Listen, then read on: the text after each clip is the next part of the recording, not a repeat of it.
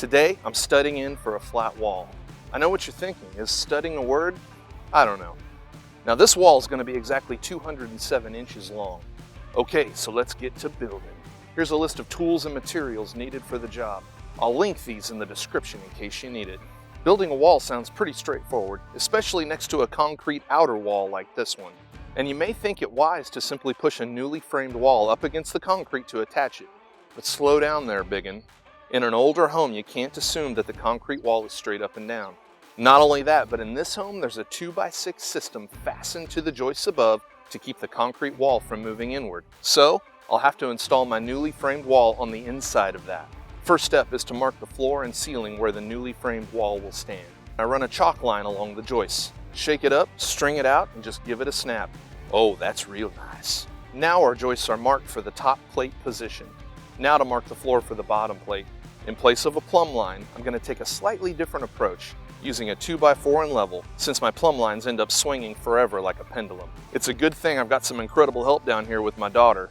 She's the most adorable construction worker I've ever seen. We position a long 2x4 with level on our line in the ceiling joist. Shift the 2x4 until the air bubble in the level sits center. Then we mark our position for the bottom plate on the floor. We do this at both ends of the wall space, then run our chalk line between them and snap it. Now we have lines marked in the floor and the ceiling where the wall should end up. Now to build it. Building codes here in Missouri and pretty much everywhere require 16 inches between studs in a wall. So to figure out how many vertical studs I need, I take my total wall length, 207 inches, and divide by 16. And then round up, because you can't use a fraction of a stud. Then add 1, because you need a stud at the beginning too. So I'm going to need 14 vertical studs in this wall. 14 boards? That's a lot of boards. My plan is to build this wall on the ground and then lift it and anchor it into place. To do this, I'll need a treated 2x4 bottom plate system measuring 207 inches and a 2x4 top plate system to match, sandwiching my 14 2x4 studs in between. I'll build it 1.5 inches short and then slide a secondary top plate in after it's sitting in place. This will give me room to tilt the wall while raising it without running into the joists above. Since the wall is so long at 207 inches, I'm going to build it in 2 pieces, a 10-foot section and another 87-inch section. Having this thing in 2 sections will make it easier to lift. After chopping my 87-inch 2x4s, I set my bottom and top plate systems adjacent to one another on the floor and mark the position of every stud that will be attached between them. And here's how. Aside from the first and last stud, every other stud will sit at 16 inches on center, meaning the center of each board will sit at 16 inches. And most tape measures are made for this, highlighting every 16 inches on the tape. And thinking forward, this works perfectly for the drywall that will be hung on these studs later.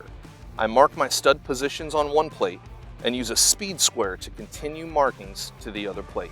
With positions marked, I'm ready to cut my studs. I measure the distance from floor to ceiling in several positions along the wall space. I use the shortest length, which is 102 5/8 inches exactly. After subtracting 4.5 inches for the bottom plate and double top plate widths, we land at a final stud length at 98 1/8 inches. My super awesome, handy-dandy father-in-law runs the chop saw and cuts our studs to length. We spread out our top and bottom plates and set our studs in place between the plates on the floor. To stick these together, I use an air nailer. Woo boy, do I love this thing. Mancycle Senior let me borrow this and the air compressor for the job. Alternatively, I could use screws or hammer and nails like a pioneer from the Old West. But why do that when I have this beast? I arm the nailer with 3-inch nails and use 2 nails per stud on the bottom and 2 more on the top, right where I marked their positions. Make sure to keep your hands clear of the nailer while you're using one of these things, as nails can bend and pop out through the wood. We don't want to impale a finger here now, do we? So here we go. I add 2 nails for each stud through the top plate and then move to the bottom plate and continue with the same approach, 2 nails per stud. When everything's anchored together, I'm ready to raise this puppy and pin it into place. Our wall position is marked and ready, so we lift the first section of the new wall into position and take our time to match the top to our joist marks. Next, we slide our secondary top plate in above and shim any positions with space between the top plate and the joists. We pin the top into position to the joists in the ceiling above. Now for the smaller section. Same approach here, lift it into place, slide in the secondary top plate, and anchor it to the joist. Now that it's anchored to the top, I check for level along the studs one more time. We shift the wall as needed, then use a hammer drill and concrete screws to anchor the bottom into position.